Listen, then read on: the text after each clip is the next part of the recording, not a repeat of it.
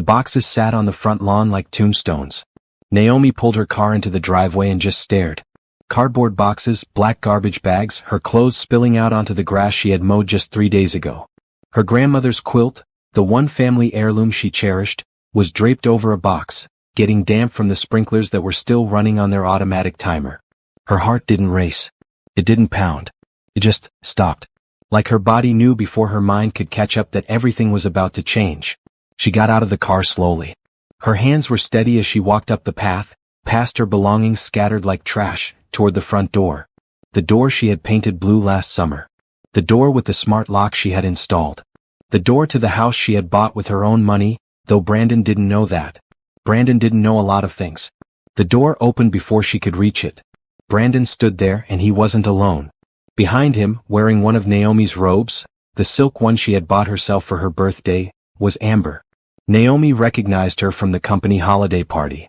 Young, blonde, wearing too much makeup and a smile that said she'd already won. Naomi. Brandon's voice was flat. No guilt. No shame. Just irritation. Like she was interrupting his day. I packed your stuff. I think it's better if you stay somewhere else. She looked at him. Really looked at him. 6 years of marriage.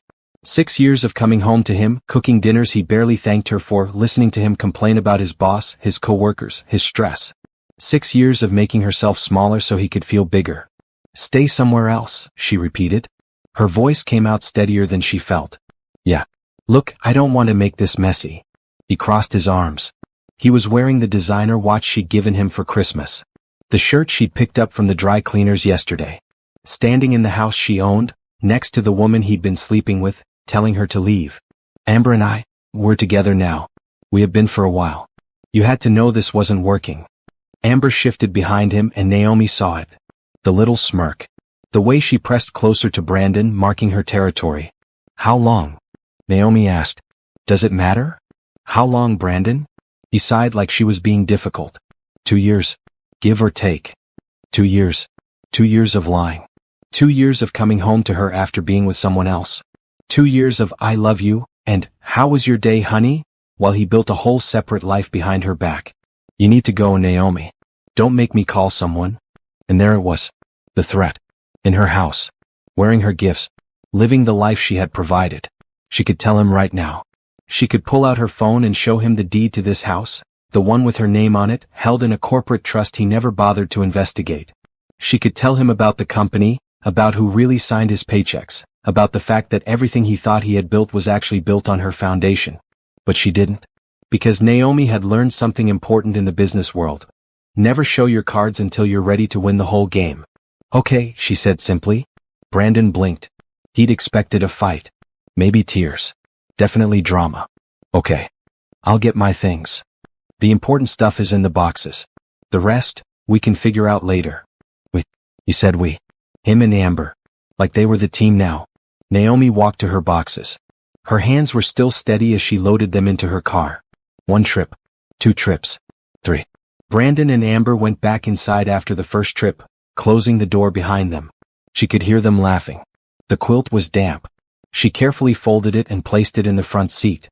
Her grandmother's face flashed in her mind. Strong, brilliant, unshakable. The woman who had built an empire from nothing and taught Naomi to do the same. Don't let anyone make you small, baby girl, her grandmother used to say. And when someone shows you who they are, believe them the first time. Brandon had just shown her exactly who he was. As Naomi loaded the last box, a neighbor across the street, Mrs. Patterson, stood on her porch watching with obvious pity. The old woman raised her hand in a small wave. Naomi waved back. By tomorrow the whole neighborhood would know. By next week his family would. No. Everyone would be talking about poor Naomi, kicked out of her own home, replaced by a younger woman. Let them talk. She got in her car and didn't look back at the house. Not once. She drove away from the blue door, the manicured lawn, the life she had built for a man who saw her as disposable. Her phone rang. The name on the screen made her take a breath. Robert Chin? No, wait, she needed to avoid that name. She had programmed it under RC, her chief financial officer. She answered on Bluetooth. Not now, Richard. I saw the security alert from your house. The cameras. Are you? I'm fine. Naomi, he can't just kick you out of your own property. I can have legal there in 20 minutes. We can have him removed. No. Her voice was calm. Cool. The voice she used in boardrooms when she was about to destroy a competitor. Don't do anything. Not yet. Richard was quiet for a moment. Then, you have a plan. I always have a plan. How long are you going to let him think he won? Naomi smiled, and it wasn't a nice smile. It was the smile of a woman who had built a billion-dollar empire in secret, who had played the long game before, who knew that revenge was a dish best served cold. Long enough for him to get comfortable, she said. Long enough for him to think he got away with it. Long enough for it to hurt when everything comes crashing down. She ended the call and drove toward the city, toward her real life, the one Brandon never knew existed. In her rearview mirror, her old neighborhood disappeared. That version of Naomi, the one who made herself small, who pretended to be ordinary, who loved a man who never deserved her, was gone. What Brandon didn't know, what he couldn't possibly imagine in his small, selfish mind, was that he hadn't just kicked out his wife. He had just declared war on the woman who owned everything he thought was his. And Naomi never lost. The penthouse suite at the Continental Hotel had floor-to-ceiling windows that overlooked the entire city. Naomi stood in front of them, still wearing the same clothes from earlier, and watched the sun set over the skyline she had helped build. Brandon thought she was a mid-level employee at some tech company. That was the story she'd told him when they met 6 years ago, and he'd never questioned it. Why would he? She dressed simply, drove a regular car, never flashed money or status. She'd played the part perfectly. The truth was so much bigger. Naomi Baptiste, formerly Naomi Williams before she married Brandon and took his ordinary last name to blend in, was the sole owner and CEO of Baptiste Technologies, a corporate empire worth $3 billion. But nobody knew that. Not the public, not the press, and certainly not her soon-to-be ex-husband. Her grandmother, Dorothy Williams, had started a small software company in the 1980s. While everyone dismissed her as just another woman trying to play in a man's world, Dorothy quietly built something extraordinary. By the time Naomi was born, Williams Tech was worth $50 million. By the time Naomi turned 16, it was worth $200 million. Dorothy had raised Naomi after her parents died in a car accident. She taught her everything: coding, business strategy, negotiation, investment. More importantly, she taught her about people. Money changes how people see you, Dorothy had said during one of their late-night talks in her office. They don't see you anymore. They see dollar signs. They see what they can get from you. If you want to know who really loves you, baby girl, you have to hide who you really are. Naomi had taken that lesson to heart. When Dorothy died 10 years ago, she left everything to Naomi. 23 years old and suddenly responsible for a $500 million company. The board had tried to push her out. They thought she was too young, too inexperienced, too soft. They had no idea who they were dealing with. Within 5 years, Naomi had restructured the entire company, diversified into cybersecurity and artificial intelligence, and grown the value to over $1 billion. She did it all while maintaining complete privacy. She operated through a complex network of holding companies and trusts. In public records, Baptiste Technologies was owned by BW Holdings, which was owned by Williams Trust Corporation, which was owned by a dozen smaller entities that all eventually led back to her. But her name never appeared on anything public. She attended board meetings remotely. She gave no interviews. She stayed invisible. 3 years into running the company, she'd been tired, lonely. All her college friends had drifted away when she couldn't explain why she was always busy. Dating was impossible. Men either wanted her money when they figured out who she was, or they felt intimidated and insecure. So she decided to try something different. She'd created a fake identity in the company's HR system. Naomi Williams, mid-level project coordinator, making $75,000 a year. She'd rented a modest apartment, bought a regular car, and started living like a normal person. Just to see what it felt like. Just to meet someone who might actually love her for her. That's when she met Brandon. He'd been working in sales at one of her subsidiary companies, struggling to make his numbers. He was charming, confident, always talking about his big plans for the future. He'd asked her out after a company happy hour and she'd said yes. The first year was good. He treated her well, or at least she thought he did. He was attentive, romantic, always planning dates. When he proposed, she'd convinced herself she'd found what she was looking for. Genuine love. Looking back now, she could see the signs she'd missed. The way he always ordered the most expensive thing on the menu, even though he knew money was supposedly tight for both of them. The way he'd hinted that she should ask for a raise, get a better job, make more money. The way he'd been so excited when she told him about her inheritance from a grandmother, $50,000 she'd claimed, though she'd actually transferred $5 million into a joint account she carefully managed. He'd wanted to spend it immediately on a new car, a bigger apartment, expensive watches. She'd convinced him to be smart about it, to invest most of it to buy the house. He'd agreed because he thought he'd benefit from her small inheritance. If only he knew that the house he thought they'd bought together with her inheritance was actually purchased through one of her holding companies. That the mortgage he thought they were paying was actually just money she transferred to herself. That every comfort he enjoyed, every promotion he received at work, every opportunity that came his way, it all came from her. She'd given him a job in the marketing department of one of her fastest-growing subsidiaries. She'd made sure his managers knew he was valuable, that he got good reviews, that he felt successful. All the while, he'd come home and complained about his incompetent boss and the idiots in upper management who didn't appreciate his talent. He was complaining about her. He just didn't know it. And through it all, she played her part. The supportive wife. The woman who packed his lunches and picked up his dry cleaning. The one who listened to his dreams and encouraged him and made herself smaller so he could feel big. Why had she done it? Because she'd wanted so desperately to believe she'd found someone who loved her for her. Because she'd thought maybe, just maybe, if she could give him a good life without him knowing where it came from, his love would be real. But it wasn't real. It never had been. Her phone buzzed. A text from Richard: "Hotel is secure. Your personal items from the house will be retrieved tomorrow through legal channels. The team is standing by for your instructions." She had a team. A whole team of people who managed her real life. Personal assistants, lawyers, security, financial advisors. None of them had ever met Brandon. He'd never even known they existed. Another text came through, this one from her lawyer, Patricia. "Divorce papers are ready to file. How do you want to proceed?" Naomi typed back, "File through a standard attorney. Make it look normal. I'm asking for nothing in the settlement. He gets to keep whatever he thinks is his." Patricia's response was immediate. "Nothing? Naomi, legally you're entitled to." "I know what I'm legally entitled to. Trust me. This is part of the plan." She walked to the minibar and poured herself a glass of water. No alcohol. She needed her mind sharp. This was business now, and she was good at business. Her reflection stared back at her from the dark window. She looked tired. When had she started looking so tired? Brandon used to tell her she was beautiful, but those compliments had dried up over the last year. He'd started making little comments instead. About her weight. About her hair. About how she dressed. Always framed as concern or helpful suggestions, but she heard what he really meant. She wasn't good enough anymore. Ember was younger. Thinner. Blonder.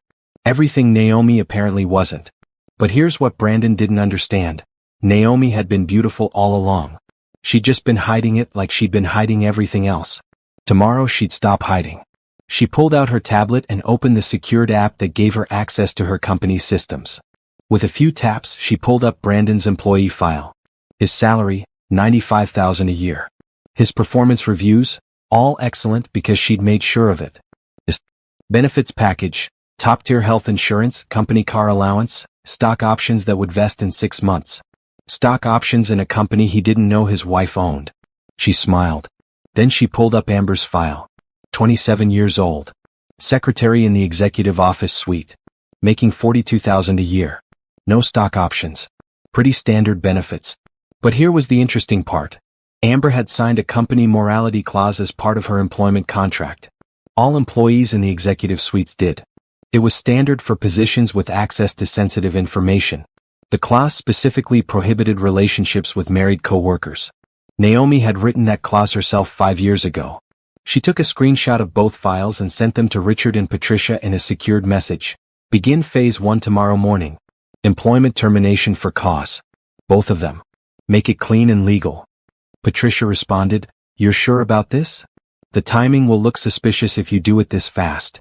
They've been having an affair for 2 years in violation of company policy. That's not suspicious. That's just enforcing the rules." Richard added, "What about the house? Give them 30 days notice through the trust.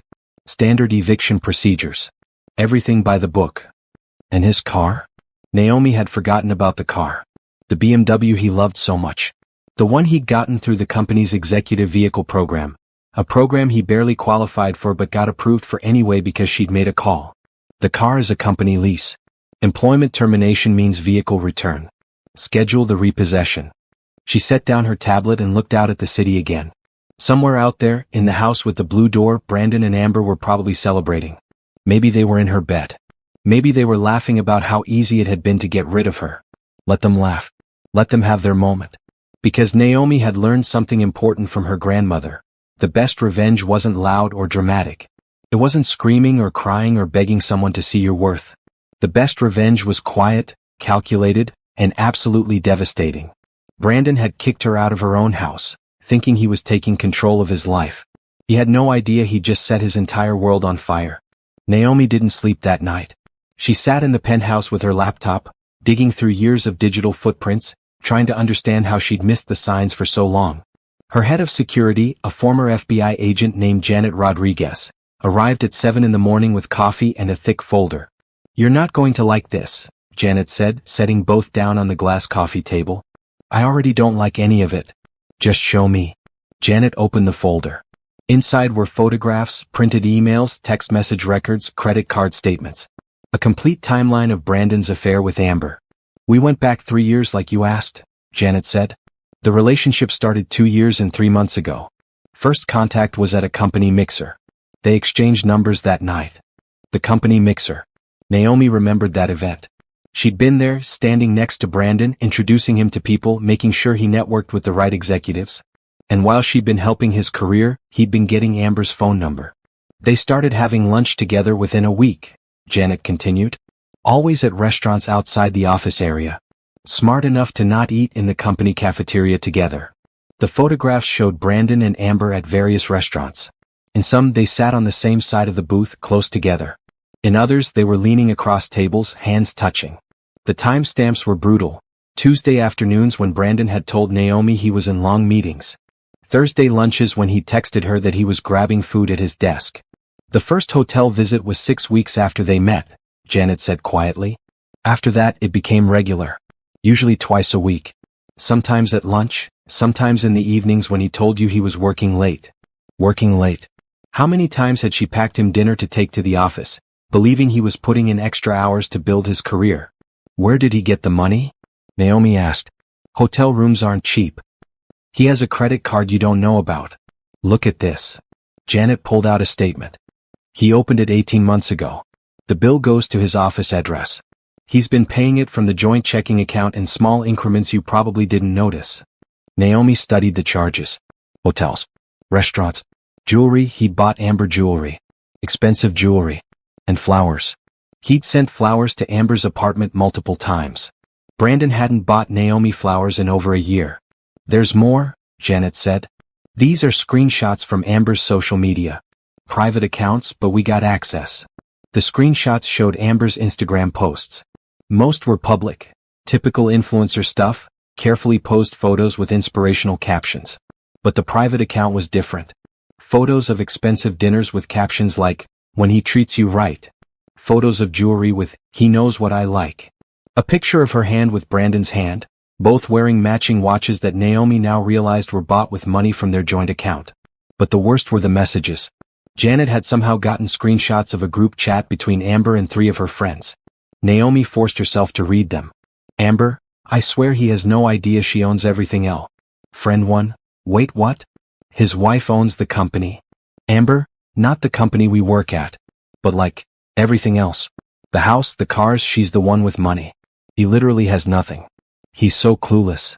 Friend 2, "Then why are you with him?" Amber, "Because it's fun. And honestly, she's so boring. Like she doesn't even try. No makeup, no style, just blah. He deserves better." Friend 1, "You're terrible, L." Amber, "I'm doing her a favor, TBH. She should thank me for taking him off her hands." Naomi set down the phone printouts. Her hands were shaking now, not from sadness but from rage. Pure cold rage. "There's one more thing," Janet said carefully. "Last week Brandon went to a lawyer. A divorce lawyer. He was planning to file first, but I guess he decided the dramatic approach was better. He wanted to control the narrative," Naomi said. Her voice sounded distant to her own ears. "Yeah. He was going to paint himself as the victim who fell out of love and found something real. Now he gets to be the guy who bravely ended his marriage. Except he didn't end anything. He just started a countdown on his own destruction." Naomi stood and walked to the window. The sun was fully up now, the city bustling below. Millions of people going about their lives, completely unaware that in this tower, a billionaire was planning to dismantle her husband's entire existence. Do we have recordings? She asked. Of them. Together. Talking about me. Janet hesitated. We have some audio from his car. He doesn't know about the security system in the BMW. Do you really want to hear it? Yes. Janet pulled out her phone and played a recording. Brandon's voice came through clearly. Finally told her today. God, you should have seen her face. Just standing there like she couldn't believe it. Amber's laugh. Was she crying? No, that's the weird thing. She just took it. Like she expected it or something. Maybe she knew you were too good for her. I mean, Brandon paused. I didn't want to be cruel about it, but yeah. You and me, we just make sense, you know? We're on the same level. She never wanted to go out, never wanted to do anything fun. Just work and cook in those boring Sunday dinners. Those dinners with her friends that you always complained about? God, her friends are the worst. Just sitting around talking about their basic jobs and their basic lives. Like I wanted more than that. And now you have more. Amber's voice turned flirty. You have me. Yeah, I do. And babe? Once the divorce is final, we're going to really live. No more pretending to care about what's for dinner or acting interested in her boring day. Just us. Janet stopped the recording. There's 3 more hours of this. Do you want? No. Naomi's voice was ice. I've heard enough. The thing that hurt most wasn't even the affair. It was the contempt. The complete and utter disrespect. She'd spent 6 years supporting this man, building him up, giving him everything he needed to succeed, and he thought she was boring. Basic. Beneath him. He had no idea that every opportunity he'd received, every promotion, every success he thought he'd earned, it all came from her. The boring wife he was so eager to discard was the only reason he had anything at all. Janet, Naomi said, turning from the window, I want you to compile everything. Every photo, every message, every receipt, every audio recording. Put it in a secure file. For the divorce? Not yet. For later. When the time is right. She pulled out her phone and called Patricia, her lawyer. Patricia answered immediately. I was just about to call you. I filed the divorce papers an hour ago. Simple, clean, no-fault divorce. You're asking for nothing but your personal belongings. Good. And the other matter? Richard is handling the employment terminations this morning. Both Brandon and Amber will be called into HR at 10 a.m. Naomi looked at her watch. It was 8:30. In 90 minutes, Brandon's carefully constructed world would start to crack. Keep me updated, she said. I want to know everything. After she hung up, Janet said quietly, you know, we could destroy them in other ways. Make it easier on yourself. No, Naomi said. I'm not going to break any laws. I'm not going to do anything unethical. Everything I'm doing is completely legal and justified. That's what will make it perfect. He can't claim I abused my power because he doesn't even know I have power. When this is over, he'll have no one to blame but himself. Janet smiled slightly. Your grandmother would be proud. The mention of Dorothy made Naomi's throat tight. Her grandmother had been ruthless in business but always fair. She taught Naomi that real power wasn't about being cruel, it was about being strategic. It was about knowing exactly when to move and exactly how hard to hit. She always said that when someone shows you who they really are, you should believe them and act accordingly, Naomi said. Brandon showed me exactly who he is. A man who thinks he's smarter than everyone around him. A man who doesn't value loyalty or love or partnership. A man who measures worth by appearances and status. And Amber? She made her choice. She knew he was married. She participated in humiliating me. She gets what she gets. Naomi picked up her phone and scrolled through years of photos. Her and Brandon at their wedding. On vacation. At family dinners. In every photo she was smiling at him like he hung the moon. And in every photo from the last 2 years, if she looked closely, she could see it. The distance in his eyes. The way he leaned slightly away from her. The way his smile didn't quite reach his eyes. She'd been so busy trying to be the perfect wife that she hadn't noticed she was married to a man who'd stopped loving her. If he ever had. Delete. Delete. Delete. She removed every photo of him from her phone. It's almost 10, Janet said. Naomi took a deep breath. This was it. The beginning of the end. Let's watch it happen, she said. Janet pulled up a secure video feed on her tablet. It showed the HR conference room at Baptiste Technologies' main subsidiary, the one where Brandon worked. The camera angle was perfect. Naomi could see everything. At exactly 10 a.m., Brandon walked into the conference room, confident and smiling. He wore his best suit, the one Naomi had bought him for their anniversary. He sat down across from the HR director and a company lawyer, still smiling, probably thinking this was about a promotion. The HR director slid a piece of paper across the table. Brandon's smile faded as he read. Then it disappeared completely. His mouth moved. The HR director spoke calmly, professionally. The lawyer remained expressionless. Brandon stood up, angry now. He was gesturing, his face red. The HR director didn't react, just kept speaking in that same calm tone. Finally, security appeared at the door. Brandon looked shocked. He grabbed the paper and stormed out, security following him to his desk to collect his personal items. 20 minutes later, the same scene played out with Amber. But her reaction was different. Tears, pleading, hands clasped together as if begging. The HR director shook her head. The lawyer slid the termination papers forward. Amber left the building crying. "It's done," Janet said. Naomi felt nothing. No satisfaction. No joy. Just a cold sense of justice being served. Phase 1 complete, she said. Now we wait. By lunchtime, Brandon had called Naomi 17 times. She didn't answer. He'd sent 12 text messages, each one escalating from confused to angry to desperate. "Brandon, we need to talk. Call me." "Brandon, Naomi, seriously. Something happened at work." "Brandon, they fired me. Can you believe this? I need you to call me back." "Brandon, fine, ignore me.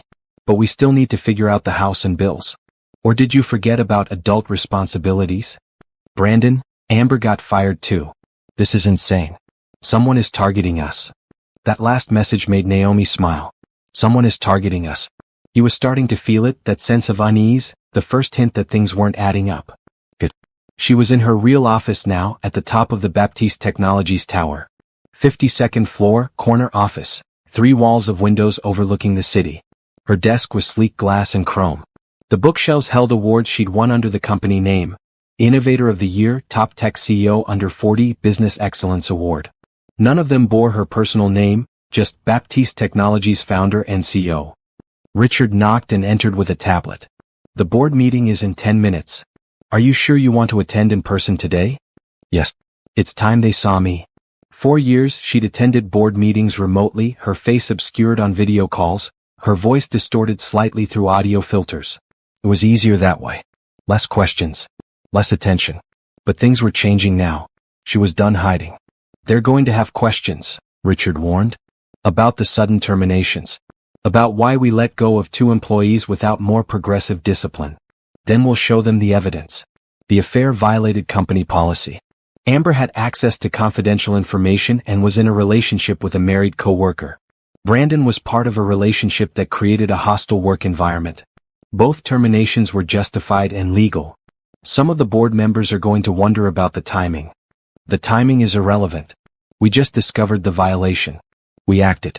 That's what good companies do." Richard nodded but looked uncomfortable. He'd been with her for 8 years. He knew her better than almost anyone. "You're going to burn it all down, aren't you?" he said quietly. "Not burn. Dismantle. Carefully, legally, and completely." She stood and smoothed down her dress, a designer piece she'd kept in her office closet. Black, elegant, powerful. She looked nothing like the woman Brandon had kicked to the curb yesterday. "And the divorce?" "Patricia filed this morning. Simple terms. I'm asking for nothing except my personal belongings. No alimony, no asset split, nothing." "He's going to think he won." "He's supposed to think he won." Richard smiled slightly. "Your grandmother really did teach you everything." The board meeting was in the main conference room, a space designed to intimidate. 20-foot ceilings, a table that sat 30 people, and the company logo etched into the glass wall behind the head chair.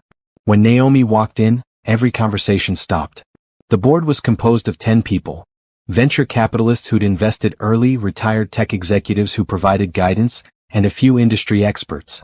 They'd all worked with her remotely for years, but only 3 had ever met her in person. "Good afternoon," she said, taking her seat at the head of the table. "Thank you all for being here." An older man named Gerald spoke first. "Ms. Baptiste, this is unexpected. You've never attended in person before." "Things are changing," she said simply. "I'm tired of hiding." A woman named Susan, one of the few board members Naomi actually respected, leaned forward. "We've all been curious about you for years. It's nice to finally see you face to face. Likewise. Naomi opened her tablet. Let's begin. Richard, please present Q3 financial results. The meeting proceeded smoothly. The company was thriving, profits up 18%, 3 new contracts signed, expansion into 2 new markets approved. Everything was perfect on paper. Then Gerald brought up the terminations. 2 employees were let go this morning, he said, reading from his notes. Mid-level marketing manager and an executive secretary. Both for policy violations. Can you explain the circumstances? Naomi nodded to Richard, who pulled up a presentation on the main screen. Both employees were in a romantic relationship that violated company policy, Richard explained. The male employee was married. The female employee had access to sensitive company information. Their relationship created a conflict of interest and a potential security risk. We have documented evidence of the relationship spanning over 2 years. 2 years? Susan asked. Why is this just coming to light now? We only recently became aware of the extent of the relationship, Naomi said smoothly. Once we had sufficient evidence, we acted immediately. Gerald frowned. This seems sudden. Usually we have progressive discipline.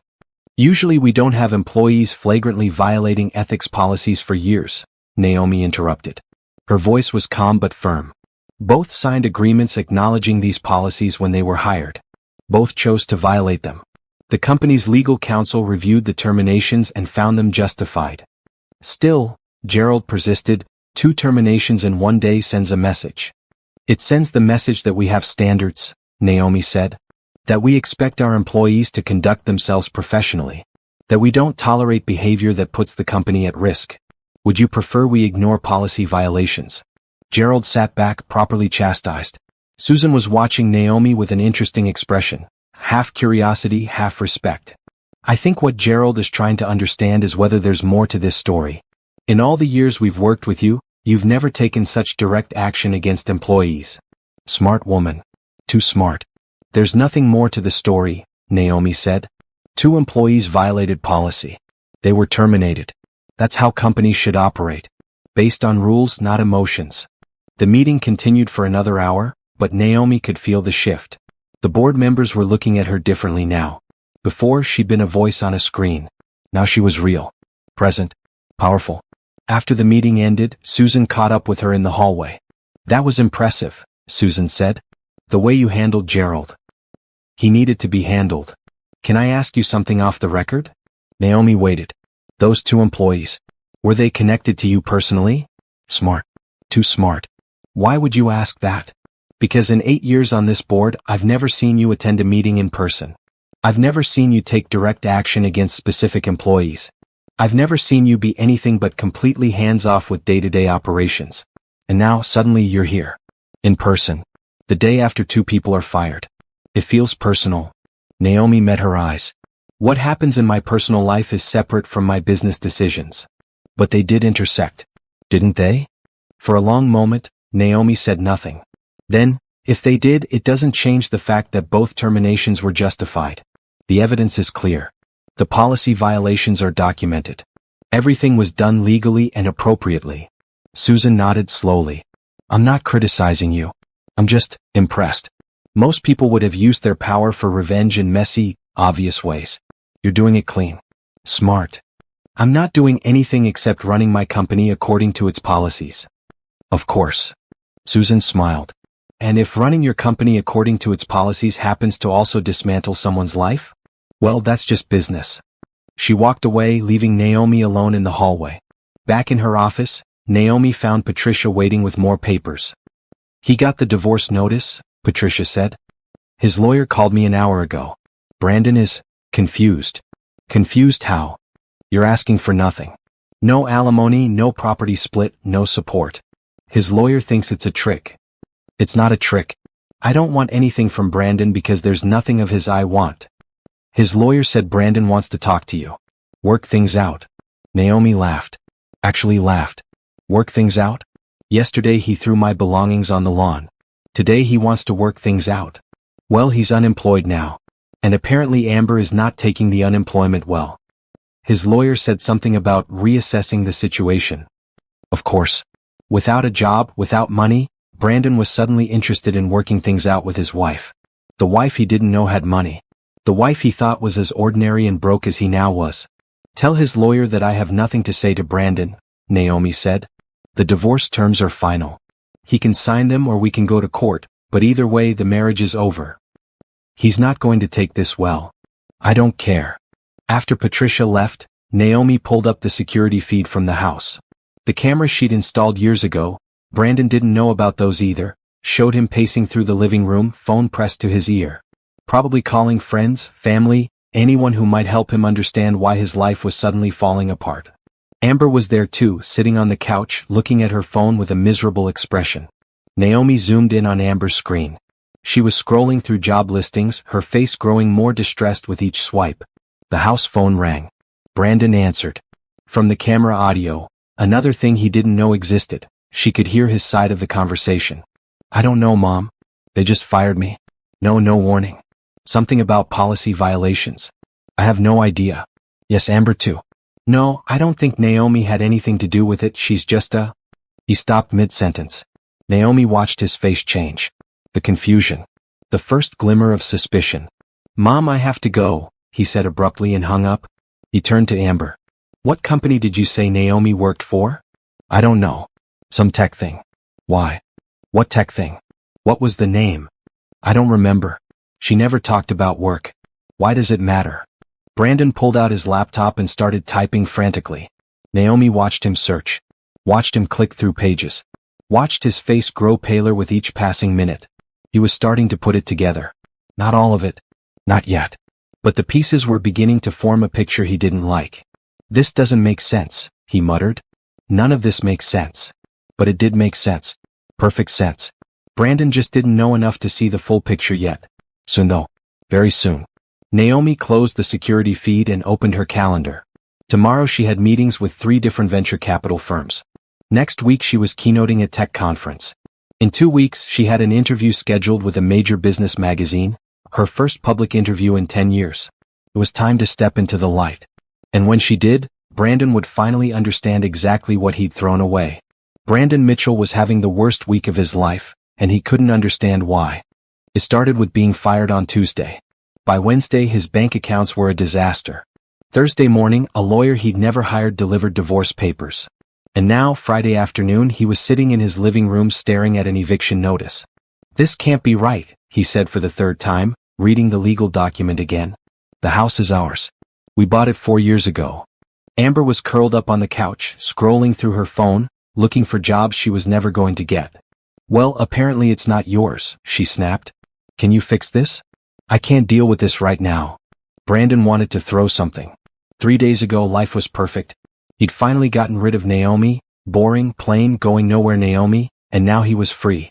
Free to be with Amber, to live the life he deserved, to move forward without dead weight dragging him down. Except nothing was working out the way it should. His phone rang. The bank. Again. Mr. Mitchell, this is Rachel from Capital One. I'm calling about your credit card account ending in 4782. We've received a dispute from the account owner claiming unauthorized use. That's my card, Brandon interrupted. I've had it for 18 months. According to our records, the account is registered to a business entity, and you were listed as an authorized user through your employment. Now that your employment has been terminated, the primary account holder has disputed several charges and requested the account be closed. What? No, that's my card. I pay the bill. Actually, sir, the bills were paid from a corporate account. Do you have your own credit card we can transfer the balance to? Brandon felt his chest tighten. How much is the balance? $32,418. The room tilted. That's not right. Would you like me to email you the statement? The charges go back 18 months. Hotels, restaurants, jewelry purchases, florist charges. Brandon hung up. His hands were shaking. What's wrong? Amber asked, finally looking up from her phone. The credit card. The one I've been using. It's not mine. It was through work. And now they want me to pay back $32,000. Amber sat up straight. What do you mean it's not yours? You've been using it for over a year. I thought it was mine. I thought... He stopped. What had he thought? He'd gotten the card in the mail with a welcome letter on company letterhead. He'd assumed it was a perk, a benefit, something he'd earned through his excellent performance at work. But looking back, there had never been paperwork. Never a credit check. Never a formal approval process. Someone had just given it to him. His phone buzzed. A text from the BMW dealership. Your vehicle lease has been terminated. Please return the vehicle by 5 p.m. today or it will be reported as stolen. No, Brandon said out loud. No, no, no. What now? Amber's voice had an edge of panic. The car. They're taking the car. Can they do that? Apparently. He pulled up the lease agreement on his phone. There it was in section 14. Vehicle lease is contingent on continued employment with Baptiste Technologies subsidiaries. Termination of employment results in immediate lease cancellation. Baptiste Technologies, the parent company of where he worked. The company that owned dozens of smaller tech firms including his. The company that was apparently taking everything from him. This is insane, he said, standing up and pacing. It's like someone is systematically destroying my life. Who would do that? I don't know. An enemy at work? Someone I beat out for a promotion? This has to be illegal. You can't just fire someone and then take away their housing and their car and their credit cards. Actually, a new voice said from the doorway, we can. Brandon spun around. A woman in a business suit stood in his entryway. Behind her were two men in security uniforms and another person holding a clipboard. Who the hell are you? Brandon demanded. I'm Jennifer Lee from Property Management Services. We represent the trust that owns this property. I'm here to oversee your move out. I'm not moving out. This is my house. Jennifer consulted her clipboard. Actually, this property is owned by the BW Holdings Trust. According to our records, you've been occupying it under a month-to-month arrangement. The trust is terminating that arrangement. You have 30 days to vacate as stated in the notice you received. Month to month? We bought this house. We have a mortgage. You've been making payments to the trust, yes. But there's no mortgage in your name, Mr. Mitchell. The property has always been owned free and clear by the trust. She handed him a document. Here's the full deed history. As you can see, it was purchased 4 years ago by BW Holdings Trust for cash. You've never been on the title. Brandon read the document, his vision blurring. It was true. The house had been bought by some trust company he'd never heard of. For $850,000. In cash. But that didn't make sense. He and Naomi had bought this house together. With her inheritance money. He remembered signing papers, remembered the celebration, Actually, what did he remember? He remembered Naomi saying she'd handle the paperwork because she was better at that stuff. He remembered her saying she'd set up the payments to be automatic. He remembered moving in and assuming everything was in both their names because they were married. He never actually checked. This is a mistake, he said weakly. It's not a mistake, Mr. Mitchell. You have 30 days. After that, if you haven't vacated voluntarily, we'll begin formal eviction proceedings. Jennifer turned to leave, then paused. Oh, and the BMW in the driveway? The repossession company will be here in approximately 20 minutes. I'd suggest you remove any personal items from it. She left, her security team following. Brandon stood frozen in the entryway of a house he'd thought was his, staring at papers that proved it never was. Amber's voice was small. Brandon? What's happening? I don't know. His mind was racing, trying to piece together something that made sense. The house wasn't his. The credit card wasn't his. The car wasn't his. His job was gone. Everything he'd thought he'd built, was disappearing. And Naomi. Quiet, boring Naomi who worked some mid-level job and never caused problems. She'd filed for divorce asking for nothing. Not the house. Not alimony. Not support. Nothing. Because she didn't need anything. Because maybe she'd never needed anything. Brandon pulled out his laptop and started searching. Naomi Baptiste, he typed. Nothing. Just a LinkedIn profile for a project coordinator that hadn't been updated in years. He tried Naomi Williams, her maiden name. Still nothing useful. Then he tried BW Holdings Trust. Pages of corporate records, most of them redacted or private. But one article from a business journal mentioned it in passing. BW Holdings Trust, a private entity believed to be connected to Baptiste Technologies founder. Baptiste Technologies. His company's parent company. The company that just fired him. Brandon's hands were shaking as he typed Baptiste Technologies founder. The search results were sparse. The company was notoriously private. But there were a few things. Baptiste Technologies, founded by Dorothy Williams in 1982. Passed to sole heir upon Williams' death in 2015. Current owner maintains complete privacy. Estimated worth over $3 billion. Dorothy Williams. Naomi Williams. No, Brandon whispered. No way. But even as he said it, pieces were clicking together. The inheritance, that had seemed too good to be true.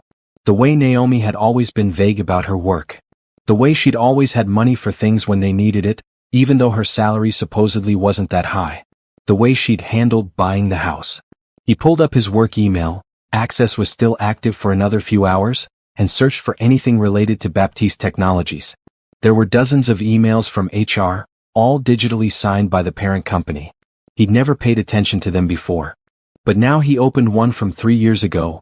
Congratulations on your promotion to marketing manager. This advancement comes with increased compensation and benefits as approved by corporate oversight. Approved by corporate oversight. He opened another email from 2 years ago. Your performance review has been rated excellent. Continue the outstanding work. Your contributions are valued at the highest level. Highest level. He opened his employment contract, the one he'd signed 6 years ago when he first got hired. There, buried in page 8, employee acknowledges that Baptiste Technologies and its subsidiaries reserve the right to make personnel decisions based on corporate strategic needs. 6 years ago, when he just started dating Naomi. Oh my God, he said out loud. Amber was behind him now, looking at the screen. What is it? Naomi. I think Naomi is... He couldn't even say it. It was too insane. But his phone was ringing again. A number he didn't recognize. He answered. Brandon Mitchell? A man's voice, professional. Yeah. This is Thomas from Capital Bank. We're calling about the joint checking and savings accounts you hold with Naomi Baptiste. She's requested that her name be removed from all accounts and all joint assets be liquidated and divided. Do you consent to this? Divided? What are you talking about?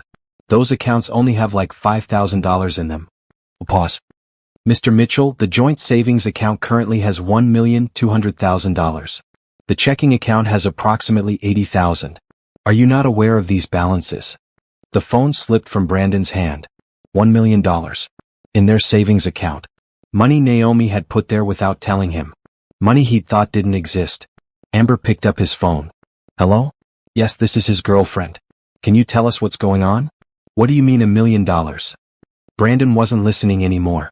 He was pulling up their joint bank account online, entering the password Naomi had set up years ago. The account loaded. Savings, $1,247,392.18. Checking, $79,843.29. He scrolled through the transaction history. Deposits, hundreds of them. Some small, some huge, all from BW Holdings Trust, or Williams Estate Management, or Baptiste Corp Services. All going back 6 years. All from companies he was now realizing might be connected to his wife. His boring, plain, nothing special wife, who apparently had millions of dollars he never knew about. Brandon? Amber's voice sounded far away. The bank is saying they need your approval to split the accounts. What do you want me to tell them? What did he want them to do? His mind couldn't process what he was seeing. Nothing made sense. Everything he'd thought he knew was wrong. Brandon. Amber snapped. They need an answer. Tell them. His voice cracked. Tell them to do whatever Naomi wants. Because suddenly Brandon understood something. Whatever Naomi wanted, Naomi got. She'd always gotten it. He'd just been too stupid to realize he was never in control of anything. The repossession truck pulled up outside. The 30-day eviction notice sat on the counter. His credit cards were canceled. His job was gone. And somewhere out there, Naomi, his boring, plain, ordinary wife, was probably sitting in an office he'd never seen, making decisions that were destroying his entire world. We need to find her, he said suddenly. We need to talk to her. Figure out what's happening. You think she's doing this? Amber asked. Brandon looked at her. Really looked at her. Amber, who he'd thought was the upgrade. Who he'd left his wife for. Who was now standing in a house they were being evicted from, with no job and no prospects, asking obvious questions. Yeah, he said. I think she's doing exactly this. By Sunday morning, Brandon and Amber's relationship was cracking under pressure. We need to leave, Amber said, throwing clothes into a suitcase. This place isn't even yours. We should go stay with my parents until we figure things out.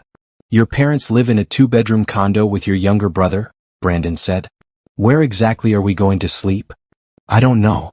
But we can't stay here. What if they come back and kick us out early?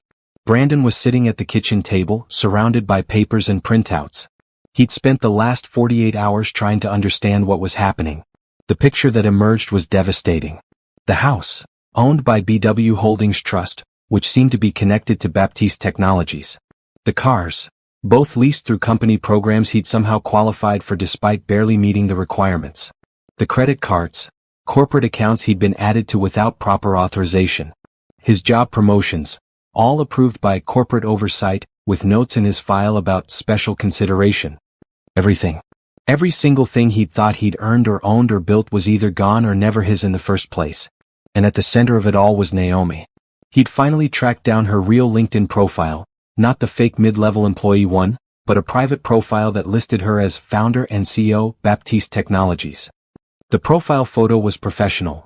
Naomi in a suit, looking confident and powerful, nothing like the woman who used to cook his dinner.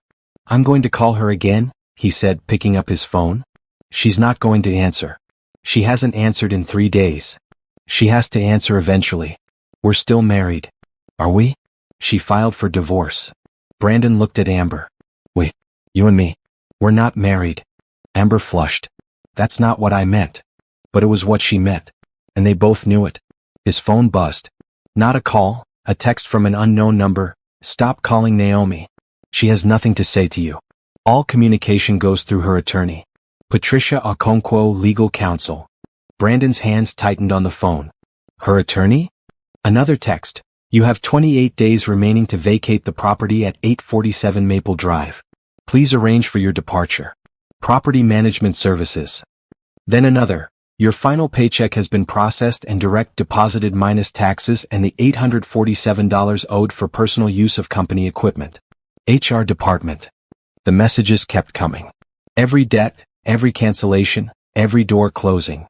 All professionally worded. All perfectly legal. All devastating. "They're destroying us," Amber said quietly. "Whoever owns that company, they're making sure we have nothing." "It's not whoever owns the company," Brandon said. "It's Naomi. She owns the company. She owns everything. That doesn't make sense. How could she be a secret billionaire? She drove a Toyota. She shopped at Target. Because she wanted to." Brandon's voice rose. "Don't you get it? She was hiding. Playing some sick game. Probably laughing at me the whole time. Why would she do that? Why would she do that?" Brandon had been asking himself the same question. And slowly, horribly, an answer was forming. He remembered when they first met. He'd been struggling at work, behind on his sales numbers, stressed about money. She'd seemed so normal, so approachable. Not like other women who wanted expensive dates and designer bags. She'd been happy with pizza and movie nights. And she'd been so supportive when he'd gotten promoted a few months after they started dating. So proud of him. Like she really believed in him. Because she'd given him the promotion. She'd probably given him everything. "She was testing me," he said slowly. "She wanted to see if I'd love her without knowing about her money. And you failed the test by cheating on her?" Brandon shot Amber a look. "I fell in love with you. Sure. Because I was young and pretty and exciting. Not because you were bored with your boring wife who you thought had nothing to offer." Amber's voice was bitter. "That's not." "Yes, it is." Amber stood up. "You told me she was holding you back. That she was basic. That you deserved better. And now it turns out she was a billionaire the whole time and you threw her away like garbage. So did you? You knew I was married. I thought I was getting a man with prospects. Not some guy who's about to be homeless." The words hung in the air between them. Brandon felt something inside him break. Amber wasn't here because she loved him. She was here because she thought he was going somewhere. Now that he was going nowhere, worse than nowhere, she was already looking for the exit. "So that's it," he said quietly. "Now that things are hard, you're done? I didn't sign up for this. You signed up to sleep with a married man. You signed up to help me kick my wife out of her own house. You signed up for all of it. And I'm paying for it too. I lost my job. I have no savings. My reputation is ruined." Amber was crying now. "Everyone at work knows what we did. I can't get a job in this city. My friends are all talking behind my back. My parents are ashamed of me. All because you said we'd be together. You said we'd have a life. We will have a life." "What life? We're being evicted. You have no job. No car. No money. What kind of life is that?" Brandon had no answer. His phone rang. His mother. "Brandon, honey, I just saw the news," she said when he answered. Is it true? Is what true? About Naomi. It's all over Facebook. Someone from your neighborhood posted that Naomi is the billionaire who owns Baptiste Technologies. Is that real?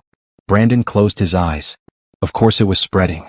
In this neighborhood, with these people who loved gossip, the story of Brandon Mitchell kicking out his secret billionaire wife would spread like wildfire. It's real, Mom?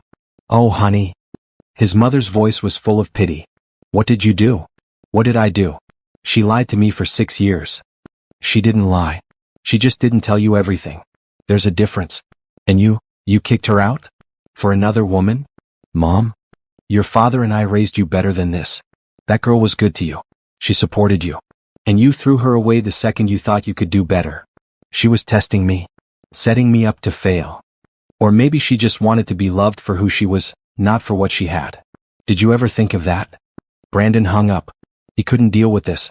Any of it. Amber was still packing. I'm going to my parents' house, she said. You can come if you want. Or not. I don't care anymore. So we're over? She looked at him with something like pity. Brandon, we were over the second you lost everything. I just didn't want to admit it. She left with 2 suitcases and didn't look back. Brandon sat alone in the house that wasn't his, surrounded by furniture that wasn't his, wearing clothes he'd probably bought with credit cards that weren't his, and felt the full weight of what he'd done crash down on him. He'd had everything. A wife who loved him. A comfortable life. A good job. Security. Peace. And he'd thrown it all away because he'd wanted more. Because he'd thought he deserved better. Because some young, pretty girl paid attention to him and made him feel special. He pulled out his phone and looked at old photos. There was one from their wedding day. Naomi looked so happy, so in love. She was looking at him like he hung the moon. And he'd looked at her like she was his prize. He'd never really seen her, had he? He'd seen the version of her she presented. The simple, supportive wife. He'd never asked questions. Never wondered why she was so calm about money.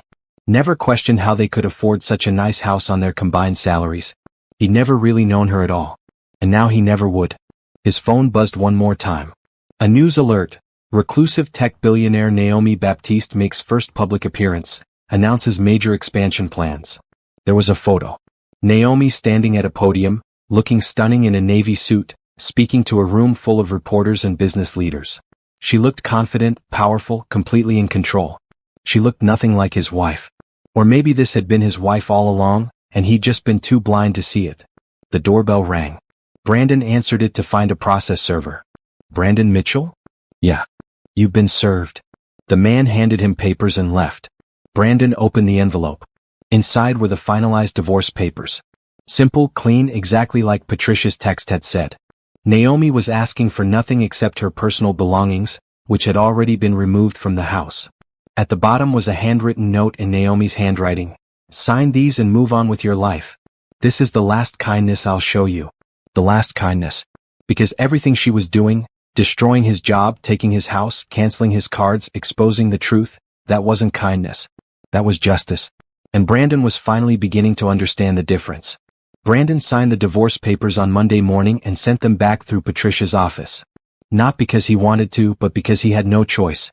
Naomi held all the cards. She'd always held all the cards. By Monday afternoon, the story had gone viral. Secret billionaire wife kicked out by clueless husband was trending on Twitter. Someone had leaked the story to a tech blog and from there it exploded. Within hours, every news outlet was covering it. Within a day, Brandon's name and face were everywhere. His phone was flooded with messages from reporters, friends, former coworkers, even strangers. Everyone wanted to know the same thing.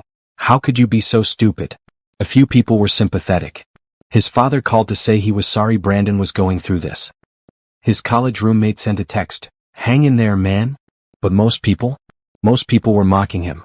The internet was particularly brutal. This man really threw out a billionaire because he thought he could do better. The audacity of mediocre men is truly limitless.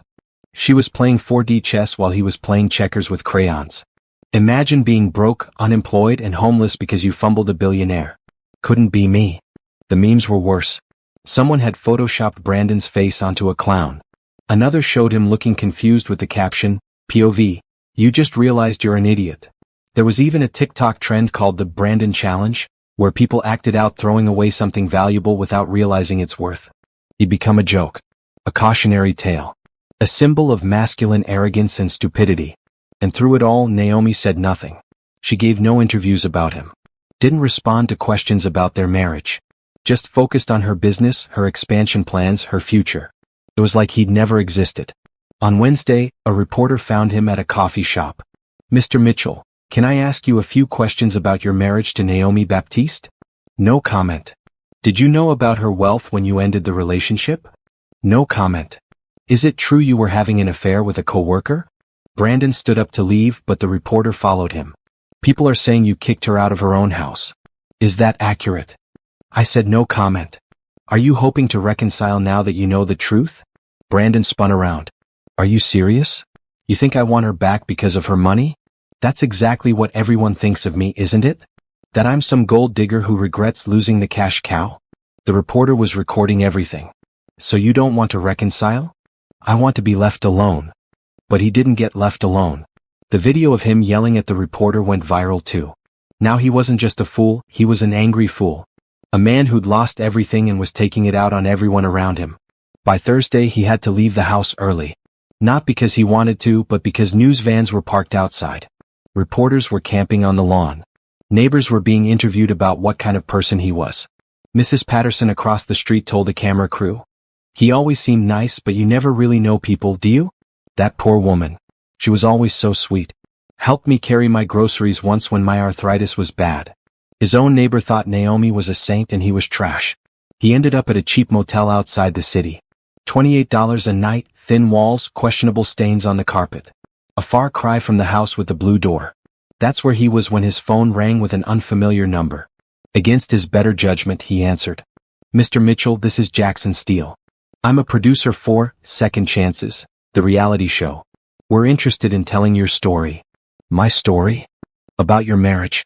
The divorce? Your wife's secret identity? America loves a redemption arc, and we think you could be very compelling television. You want to put me on TV? To talk about the worst mistake of my life. We want to give you a platform to tell your side. Right now the narrative is very one-sided. You're the villain. But what if you could show people the real you? Show them that you're a good guy who made a mistake." Brandon almost laughed. A good guy who made a mistake. That's what they were calling it. Not a cheater. Not a man who threw away his wife like garbage. Just a guy who made a mistake. "How much?" Brandon asked. "Excuse me? How much do I get paid for this?" Pause.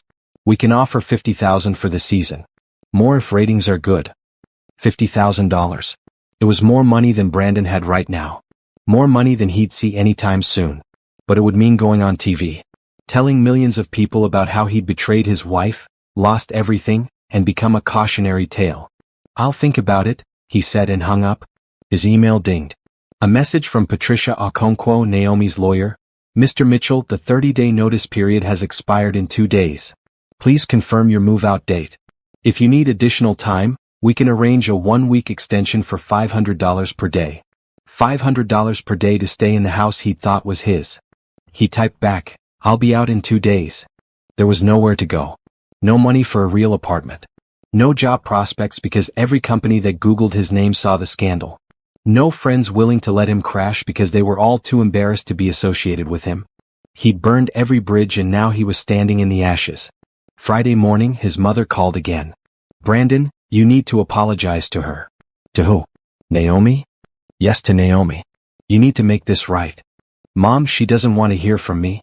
Her lawyer made that very clear. "Then go through her lawyer. Write a letter. Do something. Because right now, the whole world thinks you're a monster." "I'm not a monster. You just what? You just cheated on your wife and threw her out and humiliated her? And now that you know she has money, you just want to pretend it never happened." "I don't want her money." "Then what do you want?" Brandon didn't have an answer. What did he want? Forgiveness? A do-over? To go back in time and make different choices? "I want to understand," he finally said. "Why she did it. Why she hid everything from me. Maybe because she knew exactly what kind of man you are. And she was right." His mother hung up. Brandon sat in his motel room and finally let himself cry. Not because he'd lost money, he'd never known the money existed, so how could he miss it? Not even because he'd lost the house or the car or the job. He cried because he'd lost Naomi. The real Naomi. The woman who was smart enough to build a billion-dollar empire. Strong enough to hide it for years. patient enough to wait for him to show his true colors, and confident enough to walk away when he did. He'd never really known her. He'd been married to a stranger. No, he'd been married to someone extraordinary and he'd been too blind to see it. And now she was gone. Saturday morning, moving day, Brandon packed his belongings into a rented U-Haul. He didn't have much. Most of the furniture had stayed with the house because it turned out he'd never actually bought it. Naomi had. Through her trust. Like everything else. He was loading the last box when a town car pulled up. Patricia Okonkwo stepped out, wearing a sharp suit and carrying a briefcase. Mr. Mitchell. Come to watch me leave? Actually, Miss Baptiste asked me to give you something. She handed him an envelope. Brandon opened it. Inside was a check for $20,000. What is this? Miss Baptiste wanted me to inform you that she's calculated the value of assets you brought into the marriage, adjusted for inflation and market returns. That amount comes to approximately $18,000. She's rounding up to $20,000 to cover moving expenses. Brandon stared at the check.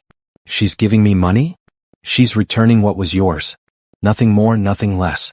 She also wanted me to tell you that this concludes all financial obligations between you. After this, you will have no further contact. No calls, no texts, no attempts to see her. If you violate this, she will pursue legal action for harassment. I just want to talk to her. To explain. There's nothing to explain. You showed her exactly who you are. She believed you. Now it's over. Patricia got back in her car. Cash that check and move on with your life, Mr. Mitchell. It's more than you deserve. She drove away. Brandon looked at the check. $20,000. A generous gift from a woman he'd betrayed. A final goodbye from someone he'd never really known. He got in his U-Haul and drove away from the house with the blue door for the last time. In his rearview mirror, he saw Mrs. Patterson standing on her porch, watching him go. She didn't wave this time. Nobody waved. He'd become exactly what he deserved to be. A cautionary tale about a man who had everything and threw it away because he thought he deserved more. And somewhere in the city, in an office he'd never seen, Naomi was probably already moving on with her life. Without him. As it should be. The interview aired on a Tuesday evening. Naomi sat in the penthouse, watching herself on the large screen. It was strange seeing this version of herself, confident, articulate, powerful. The version she'd hidden for years. The interviewer, a well-known business journalist named Monica Harper, sat across from on-screen Naomi in the studio. Miss Baptiste, you've been called the most mysterious CEO in technology. For 10 years, you've operated one of the most successful companies in the industry while maintaining almost complete anonymity. Why reveal yourself now? On screen, Naomi smiled. I'm tired of hiding.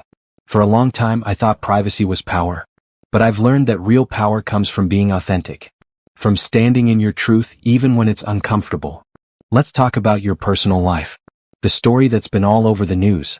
Is it true that your husband didn't know about your wealth? That's correct. Can you help us understand why? Why hide something so fundamental from your spouse? Naomi had prepared for this question. She'd practiced the answer until it felt natural. When you have significant wealth, especially when you're a woman, people treat you differently. They see the money before they see you. I wanted to know what it felt like to be loved for who I was, not what I had. So I created a life where I could be ordinary. Where someone could fall in love with me without any other motivation. But he didn't know anything about your real life. Doesn't that feel like a lie? I never lied. I just didn't share everything. There's a difference. I had my reasons and I thought they were good ones. Looking back, maybe I was naive. Maybe I was testing someone in a way that wasn't fair. But I genuinely wanted to believe that love could exist without wealth being part of the equation. Monica leaned forward. And when your marriage ended? That must have been devastating. It was. But it was also clarifying. I learned that you can't build a real relationship on partial truths. And I learned that some people will always see you as less than you are, no matter what you do or who you really are. My ex-husband thought I was ordinary and he treated me accordingly. When he decided I wasn't enough, he made that very clear. There's been a lot of public commentary about how your company handled the situation. Some people are calling it revenge. I call it accountability. 2 employees violated company policy. They were terminated according to established procedures. The fact that one of those employees was my husband doesn't change the rules. If anything, it means I had to be even more careful to do everything correctly. Every termination was reviewed by legal counsel. Every action was documented and justified. There was no revenge, just consequences. But the timing? The timing was when I discovered the full extent of the policy violations. Yes, that discovery came after personal events. But that doesn't make the violations any less real or the terminations any less justified. Monica studied her. You know people are going to say this was personal. Let them say it. I know the truth. I ran my company the way it should be run, with clear rules, consistent enforcement, and no special treatment for anyone. Even my husband. The interview continued for another 20 minutes. They talked about Baptiste Technologies' growth, about Naomi's plans for expansion, about her vision for the future. They talked about her grandmother Dorothy and the legacy she'd inherited. They didn't talk about Brandon again. When the interview ended, social media exploded. She's a queen. Handled that with so much grace. No special treatment for anyone. Even my husband. I screamed. This is what happens when you underestimate a woman. She doesn't get mad. She gets methodical. Brandon Mitchell watching this right now like face screaming in fear. But not everyone was supportive. Some people criticized Naomi for being cold, calculating, manipulative. She set him up to fail. That's messed up. Imagine hiding your wealth from your spouse. That's not testing someone, that's lying. Rich people really think they can play games with regular people's lives. Naomi read the comments with Richard the next morning in her office. The negative responses are about 30%, Richard said. Mostly from people who think the power imbalance was unfair. And the other 70%? They think you're a hero. That you exposed a cheater and handled it like a boss. The company's social media following has tripled in the last week. We've had 6 major publications request interviews. Forbes wants to put you on the cover. What about the employees? How are they responding? Morale is high. People are proud to work for you now that they know who you are. We've had a 15% increase in job applications. Everyone wants to work for the secret billionaire who took down her cheating husband. Naomi smiled slightly. That's not how I'd describe it. That's how everyone else is describing it. Her phone buzzed. A text from Janet, her head of security. Your ex tried to enter the building this morning. Security stopped him. He's in the lobby causing a scene. Do you want me to handle it? Naomi stood up. I'll handle it. Richard looked alarmed. Are you sure that's a good idea? He wants to talk? Fine. We'll talk. One time. Then it's done forever. She took the private elevator down to the lobby. Through the security monitors, she could see Brandon arguing with 2 security guards. He looked terrible, wrinkled clothes, unshaven, desperate. Part of her felt sorry for him. A small part. The part that remembered when she'd loved him, when she'd thought they had something real. But that part was quiet now. Overpowered by the part that remembered him throwing her belongings on the lawn. The part that heard his voice on the recordings mocking her to Amber. The part that knew he was only here now because his life had fallen apart. She walked into the lobby. Ms. Baptiste, the security guard said. I'm sorry we tried to. It's fine. Give us 5 minutes. Private conference room. She looked at Brandon. You want to talk? Let's talk. She led him to a small conference room off the lobby. Glass walls, minimalist furniture, completely visible to everyone in the building. She wanted witnesses. Brandon looked around, taking in the expensive space, the company logo on the wall, the view of the city beyond. This is where you work, he said. This is where I've always worked. How did I not know?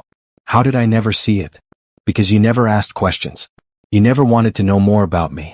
You were satisfied with the version of me that fit your life. Naomi crossed her arms. You have 5 minutes. Say whatever you need to say. Brandon sat down heavily. I'm sorry. Okay. I'm sorry for cheating, for lying, for throwing you out, for everything. Okay. That's it? Just okay? What do you want me to say, Brandon? That I forgive you? That I understand? That we can work it out? I want you to know that I made a mistake. A huge mistake. And I'm paying for it. Yes, you are. That's how consequences work. Did you know? He asked suddenly. When you married me, did you know I was like this? Did you marry me expecting me to fail? Naomi considered the question. No. I married you because I thought I loved you. And I thought you loved me. I hoped that by giving you a good life without you knowing where it came from, your love would be genuine. But it wasn't.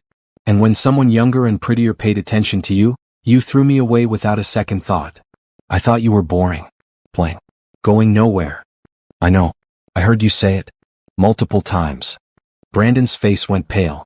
You heard me? I have excellent security systems. In the cars. In the house. Everywhere. I heard everything you said about me. How I wasn't good enough. How you deserved better. How Amber was an upgrade. Naomi kept her voice even. You didn't just betray me with your actions. You destroyed me with your words. And you did it while living in my house, driving my cars, spending my money. I didn't know. Would it have mattered? If I'd been the boring mid-level employee you thought I was, would that make it okay to cheat? To humiliate me? To throw me out like trash? Brandon had no answer. You're not sorry you hurt me, Naomi continued. You're sorry you got caught. You're sorry you lost the comfortable life. You're sorry people think you're an idiot. But you're not actually sorry for what you did to another human being who loved you. That's not true. I do feel bad. You feel bad for yourself. There's a difference. She stood up. Our 5 minutes are up. Sign the divorce papers if you haven't already. Stay away from me. Move on with your life.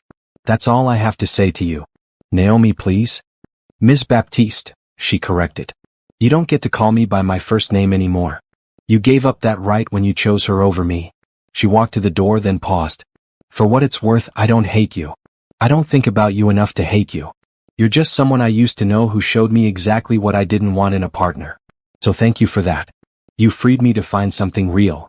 She left him sitting in the conference room and didn't look back. Security escorted him out of the building 3 minutes later. That evening, Naomi had dinner with Richard, Patricia, and Janet at an upscale restaurant. They were celebrating, not Brandon's downfall but Naomi's freedom. To Naomi, Patricia raised her glass. Who proved that the best revenge is massive success. To Naomi, Richard and Janet echoed. They clinked glasses. How do you feel? Janet asked. Now that you've faced him? Empty, Naomi admitted. I thought I'd feel victorious or satisfied or something. But I just feel empty. Like I wasted 6 years of my life on someone who never deserved me. You didn't waste them, Patricia said. You learned from them. Now you know what you don't want. Now you know your worth. Those are valuable lessons. Expensive lessons. The best ones usually are. Naomi's phone buzzed. A text from an unknown number. Hi, this is James. We met at the charity gala last month. I saw your interview. You were amazing. Would you like to get coffee sometime? No pressure. She showed the message to the table. James from the gala? Janet pulled out her tablet and started typing. Let me run a background check. You're going to background check everyone I date now? Yes, obviously. That's my job. Patricia laughed. Let her do her job. The last guy you dated without a background check didn't work out so well. Naomi smiled. Fair point. Her phone buzzed again. Another message, this time from a business contact. Saw your interview. You're inspiring. If you ever want to talk about collaboration, let me know. And another, thank you for being brave enough to tell your story. You helped me realize I deserve better too. And another, you're a role model for my daughter. Thank you for showing her that women can be powerful and successful. The messages kept coming. Strangers thanking her, supporting her, telling her their own stories of betrayal and resilience. The world is watching, Richard said. You've become more than just a CEO. You've become a symbol. I just wanted to run my company. Too late for that. You're a movement now.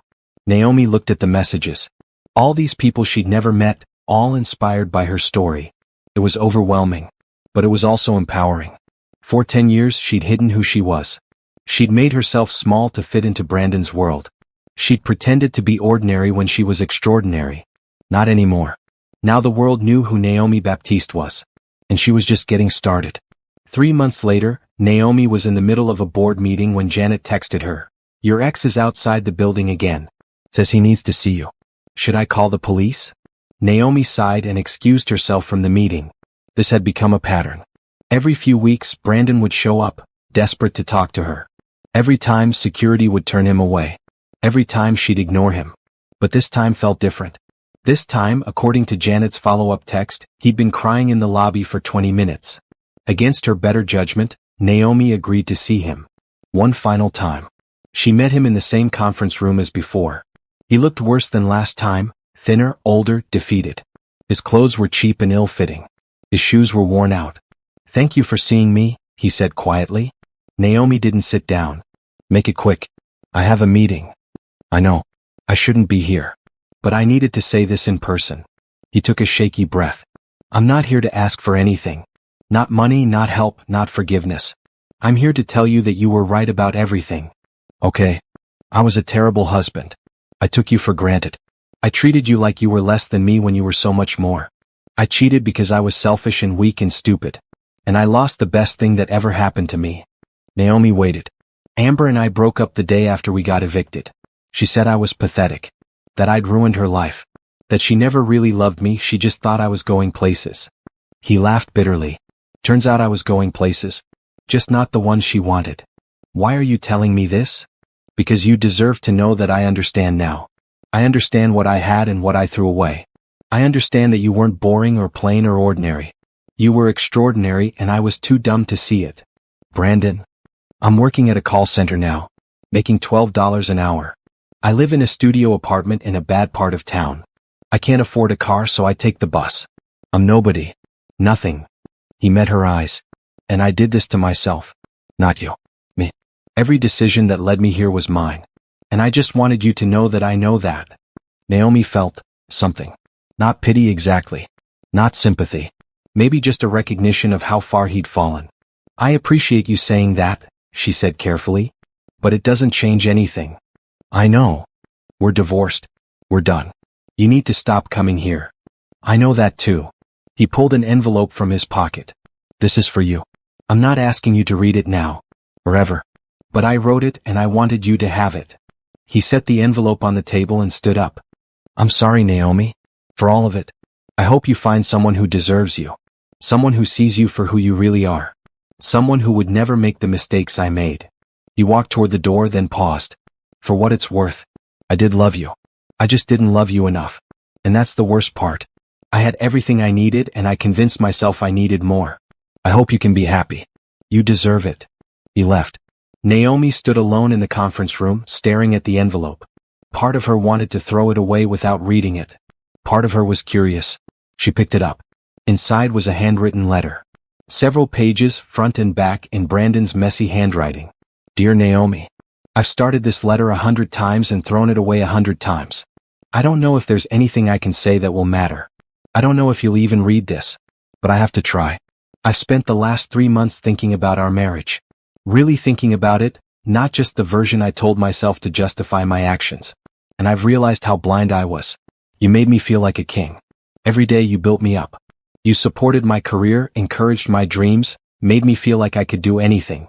And I took all of that and threw it in your face. I told myself you were boring because you didn't care about material things. I told myself you were plain because you didn't wear makeup or expensive clothes. I told myself you were holding me back because you didn't want to go out every night or spend money we didn't have. But you weren't any of those things. You were grounded. You were secure. You knew who you were and what mattered. And I mistook your confidence for complacency. I cheated because Amber made me feel special. She laughed at my jokes. She wore pretty dresses. She wanted to go to fancy restaurants. She made me feel like I was more than just ordinary. But here's the truth I finally understand. You made me feel special too. You made me feel loved and valued and important. The difference was that your love was real and hers was an illusion. She loved what she thought I could give her. You loved who I was even though I wasn't anyone special. Except I was special to you. And I threw that away. When I found out who you really are, what you built, what you accomplished, what you hid from me, I was angry at first. I thought you'd lied to me. Betrayed me. Set me up to fail. But you didn't set me up. You gave me every opportunity to be a good person, a good husband, a good man. And I failed all on my own. I failed because when things got comfortable, I got bored. When someone prettier paid attention to me, I strayed. When I thought I could do better, I tried. And now I know the truth, I could never do better than you. You were the best thing in my life and I was too stupid to realize it. I'm not writing this to ask for anything. I know we're done. I know I destroyed any chance we had. I know you've moved on and you should. You deserve someone who sees you, really sees you and loves what they see. I'm writing this because you deserve to know that I'm sorry. Truly deeply sorry. Not sorry I got caught. Not sorry I lost the money I didn't know existed. Just sorry that I hurt you. That I disrespected you. That I made you feel like you weren't enough when you were more than enough all along. I hope you're happy, Naomi. I hope you find everything you're looking for. I hope someone loves you the way you should have been loved from the beginning. And I hope someday when you think about our marriage, you can remember at least a few good moments. Because there were good moments before I ruined everything. I'm sorry. Brandon. Naomi folded the letter and put it back in the envelope. She felt nothing. Not anger. Not sadness. Not even satisfaction that he finally understood what he'd lost. Just nothing. Because Brandon's apology, while probably sincere, changed nothing. It didn't undo the betrayal. It didn't erase the pain. It didn't make up for the 2 years of lies and mockery and disrespect. It was just words on a page from someone who used to matter and didn't anymore. She threw the letter in the trash on her way back to the board meeting. That evening, Naomi met James for dinner. The chef she'd been casually dating for the last month. He was sweet, funny, genuine. He'd asked her out before he knew who she was, and he treated her the same after he found out.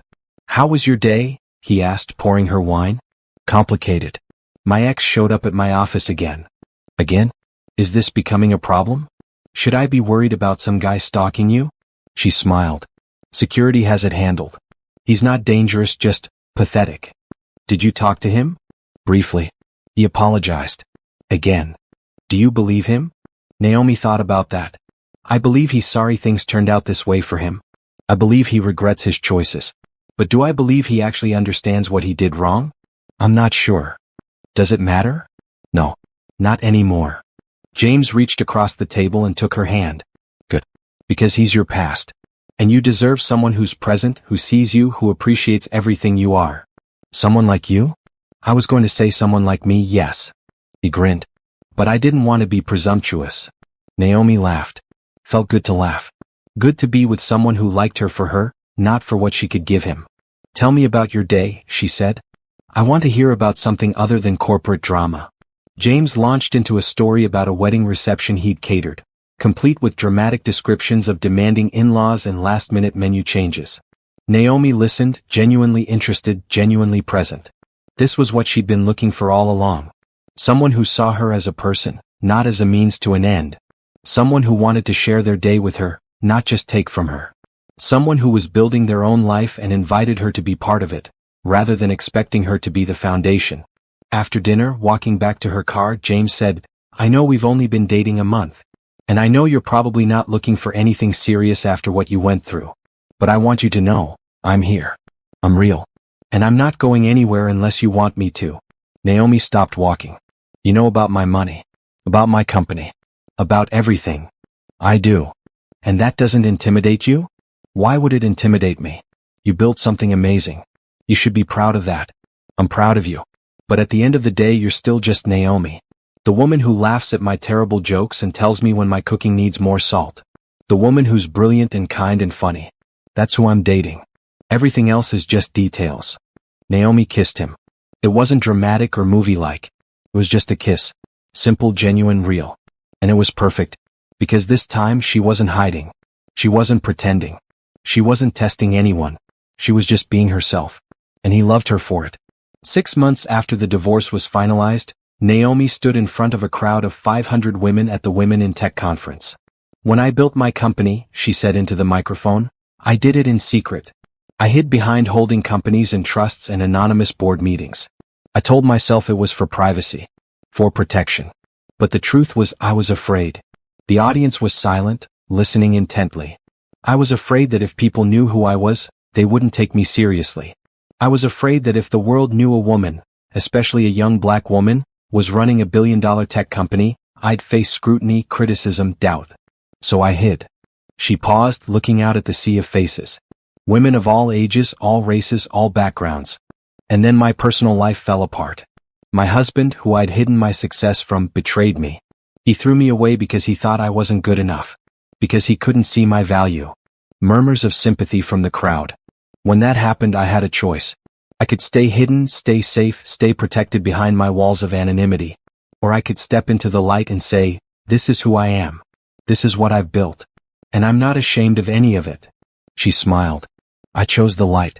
And yes, it was scary. Yes, people criticized me. Yes, my story became public in ways I never wanted. But you know what? I survived. More than survived. I thrived." The crowd started applauding. Because here's what I learned. Hiding who you are doesn't protect you. It diminishes you. When you make yourself small to fit into someone else's vision of who you should be, you lose yourself. And that loss hurts more than any betrayal ever could. The applause grew louder. So my advice to all of you is this: be big. Be loud. Be exactly who you are, unapologetically. Build your empires. Claim your success. And if someone can't handle your brilliance, your power, your success, that's their problem, not yours. Standing ovation. Naomi smiled through the tears that threatened to fall. These women, they understood. They'd all faced similar challenges, similar doubts, similar men who couldn't handle their strength. After the speech, dozens of women lined up to talk to her, to thank her, to share their own stories. One woman, probably in her 50s, took Naomi's hand and said, "My husband left me when I got promoted above him. 20 years of marriage, gone because his ego couldn't handle my success. Your story gave me hope that I can survive this." "You can," Naomi said firmly. "You will. And you'll come out stronger." Another woman, younger, said, "I'm about to start my own company, but I've been hiding it from my boyfriend. He doesn't know how much money I've raised or how big this could be. What should I do?" Naomi looked at her seriously. "Tell him. All of it. And watch how he reacts. If he celebrates with you, supports you, stands beside you, he's a keeper. If he feels threatened, tries to diminish your success or makes it about him, leave. Because it won't get better. It'll only get worse." The woman nodded, tears in her eyes. "Thank you." That evening, Naomi had dinner with her team, Richard, Patricia, Janet, and a few other key employees who'd become friends over the years. "That speech was incredible," Patricia said. "You're becoming a real voice for women in business." "I'm just telling my truth." "Your truth is powerful." Forbes called. They want to do a cover story, Naomi Baptiste, the billionaire who stopped hiding. "Are we doing it?" "That's up to you. Are you ready to be fully public?" Naomi thought about it. 6 months ago she would have said no. But now, yes, I'm ready. Let's do it. Richard raised his glass. To Naomi, who turned her biggest pain into her greatest strength. To Naomi, everyone echoed. Later that night, Naomi sat in her penthouse with James. They were cooking together, his idea. He was teaching her how to make homemade pasta, and she was learning that she was terrible at it. "This looks like a blob," she said, holding up her misshapen ravioli. "It's a rustic blob," James corrected, grinning. "Very artisanal." She threw flour at him. He threw some back. Within minutes, they were covered in flour, laughing like teenagers, the kitchen a disaster. This, Naomi thought, was happiness. Not the big moments or the grand gestures. Just this, cooking in a messy kitchen with someone who made her laugh. "I love you," James said suddenly.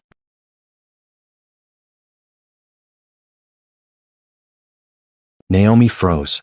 It was the first time either of them had said it. "You don't have to say it back," he added quickly. "I just wanted you to know. No pressure. No expectations. Just, I love you." Naomi looked at him. Really looked at him. Covered in flour, smiling nervously, waiting for her response but not demanding it.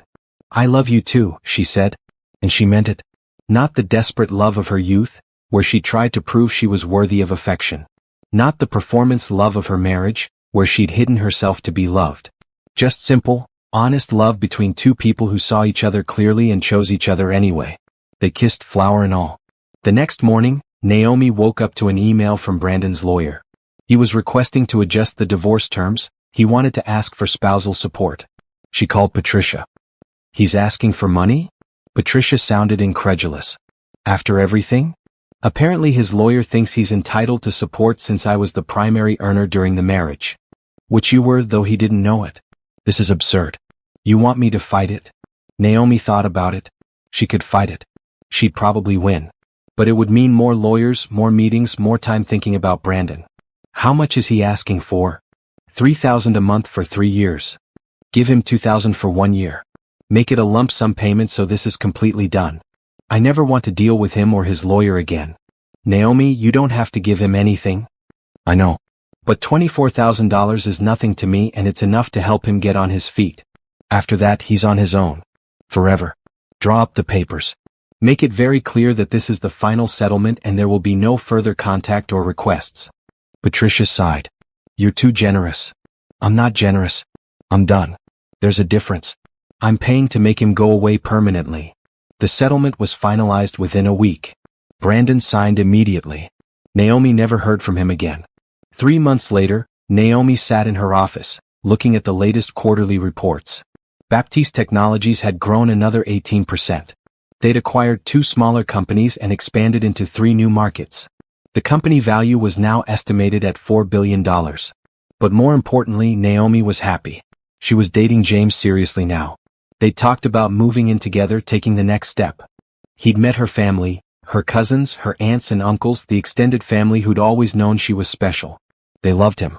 She'd started a foundation in her grandmother Dorothy's name, providing scholarships and business grants to women in tech. The first class of recipients had just been announced. 20 brilliant women who would get funding to start their own companies. She'd done several more interviews, sharing her story, inspiring other women to own their success and demand respect. And she'd stopped hiding. One evening, she visited her grandmother's grave. She did this sometimes when she needed to think or when she wanted to share good news. "I did it, Grandma," she said, placing flowers on the headstone. "I built the empire you always knew I could build. And I'm doing it in the light now. No more hiding." The wind rustled through the trees. "You were right about everything. About building something real. About not letting people make you small. About believing in my own worth." Naomi smiled. "And you were right that the right person would love me for me. I found him. Finally." She sat on the bench nearby watching the sunset. "I wasted 6 years on someone who didn't deserve me. But I learned from it. I learned what real love looks like. I learned that I don't need to hide to be loved. I learned that my success isn't something to be ashamed of, it's something to celebrate." Her phone buzzed. A text from James: "Dinner's ready when you are.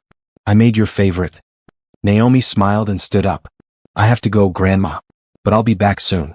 I have so much to tell you." She walked back to her car, to her life, to her future.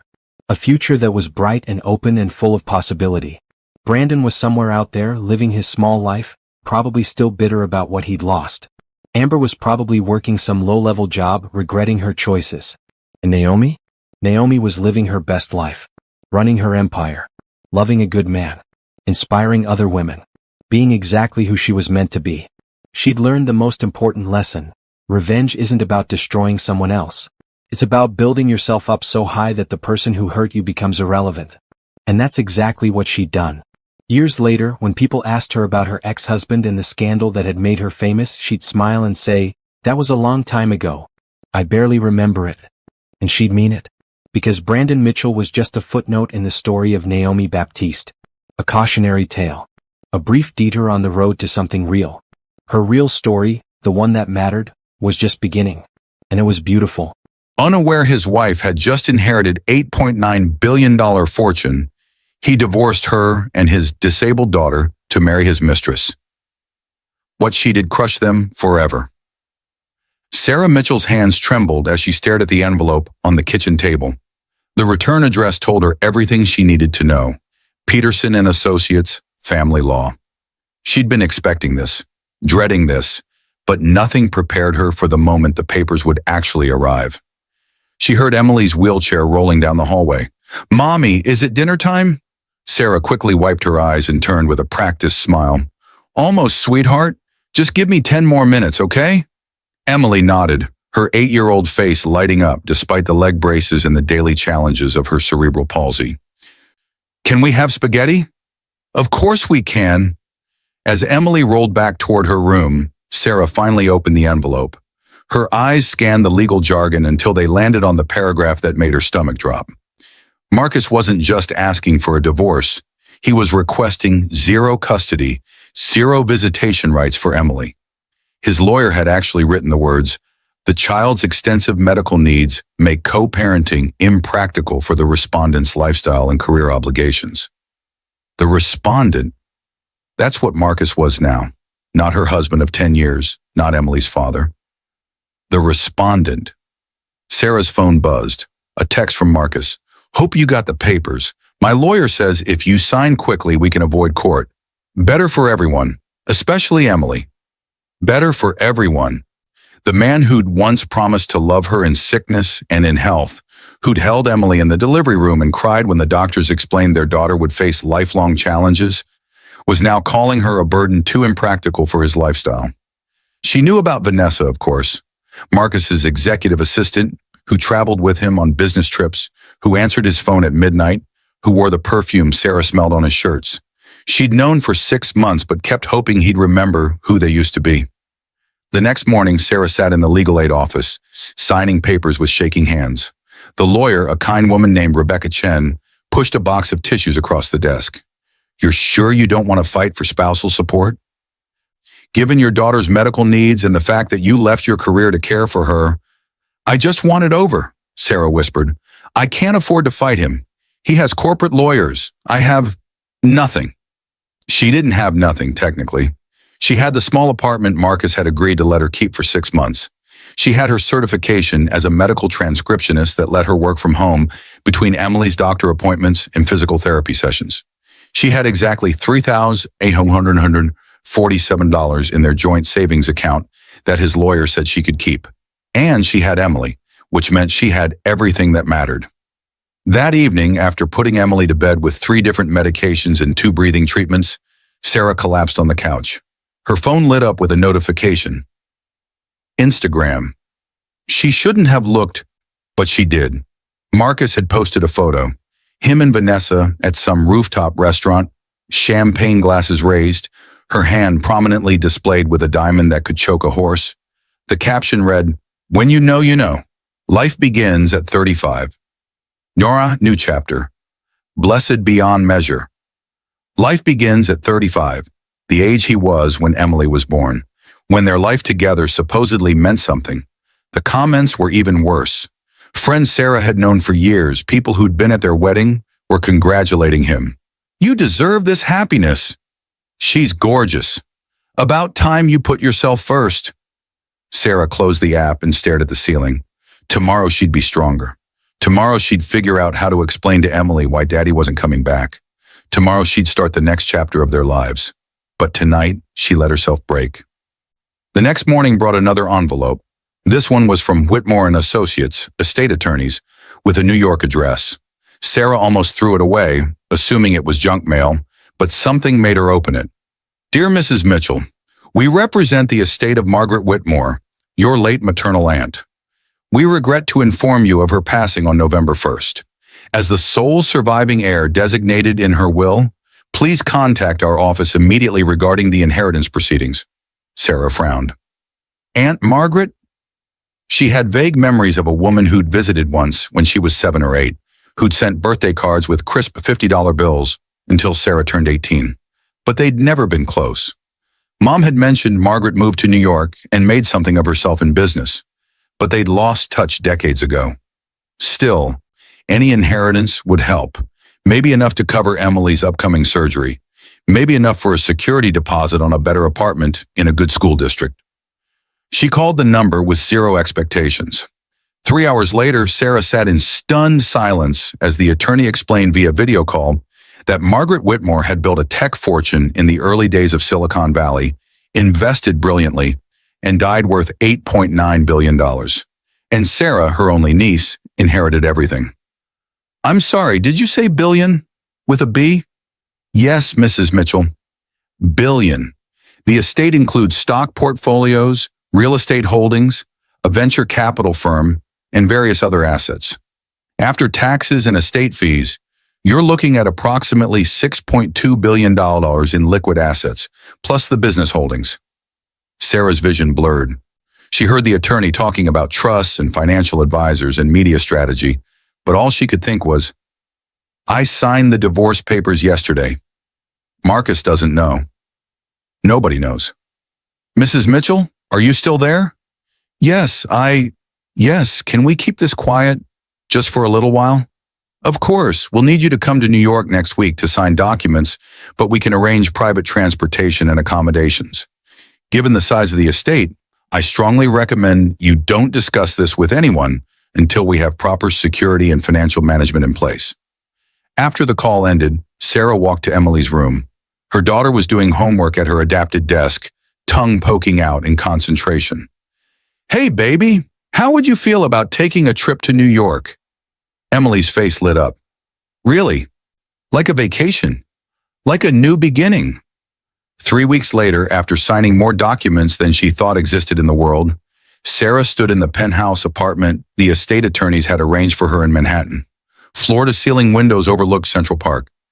Emily was in her new room, specially adapted with the best medical equipment money could buy, squealing with delight at the touch-screen controls that let her adjust everything from the bed height to the lighting with minimal physical effort.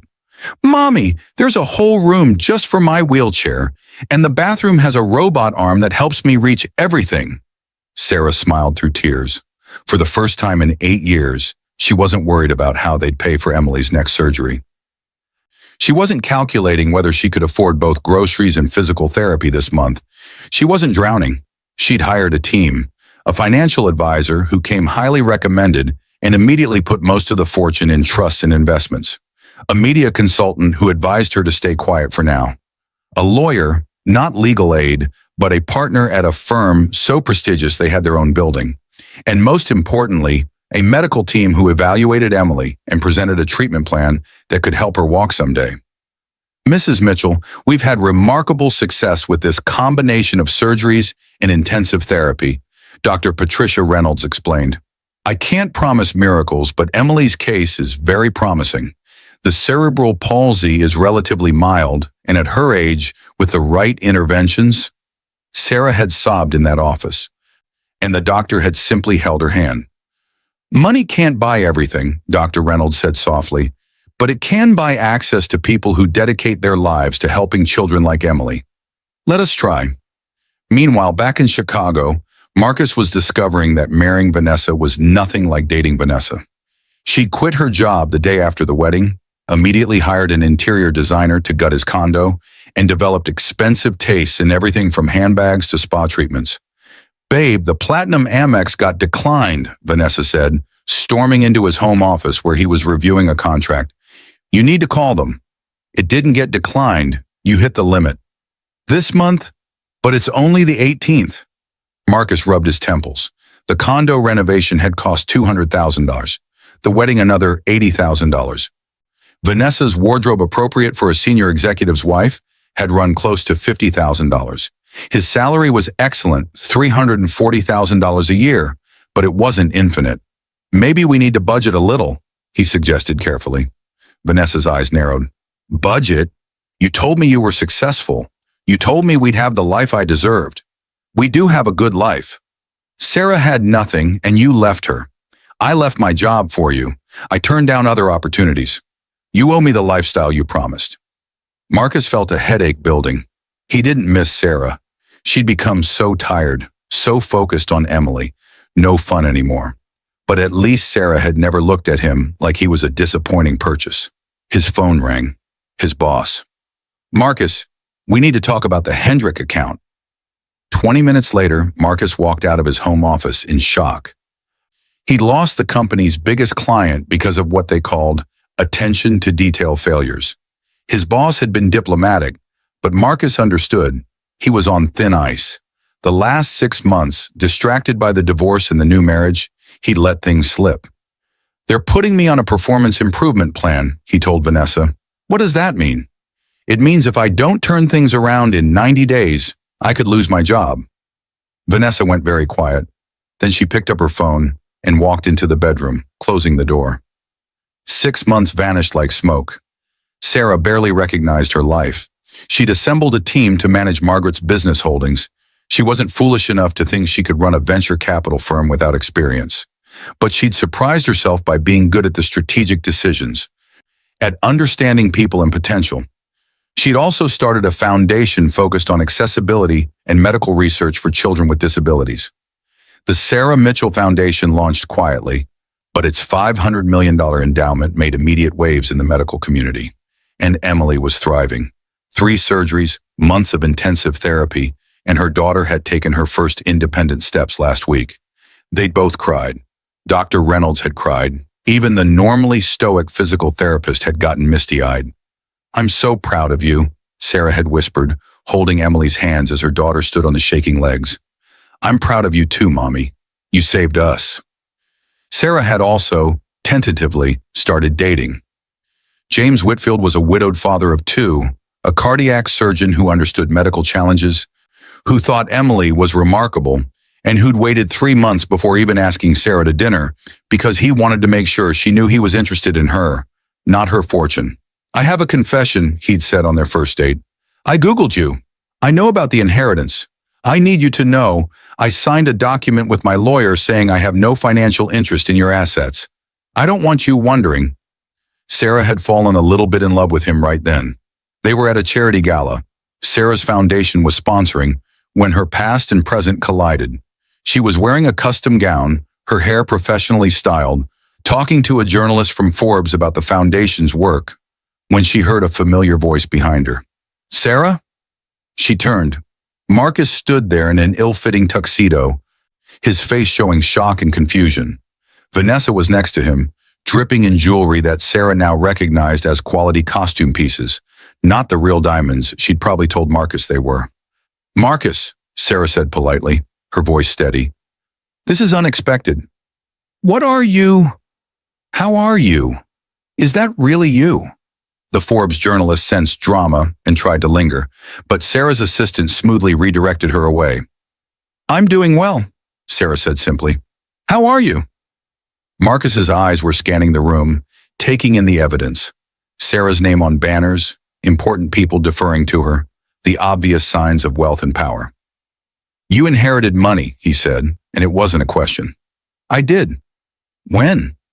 Sarah could have lied. Should have, probably. But she looked at this man she'd once loved. This man who'd abandoned their daughter when she needed him most, and decided he deserved the truth. The day after our divorce was finalized.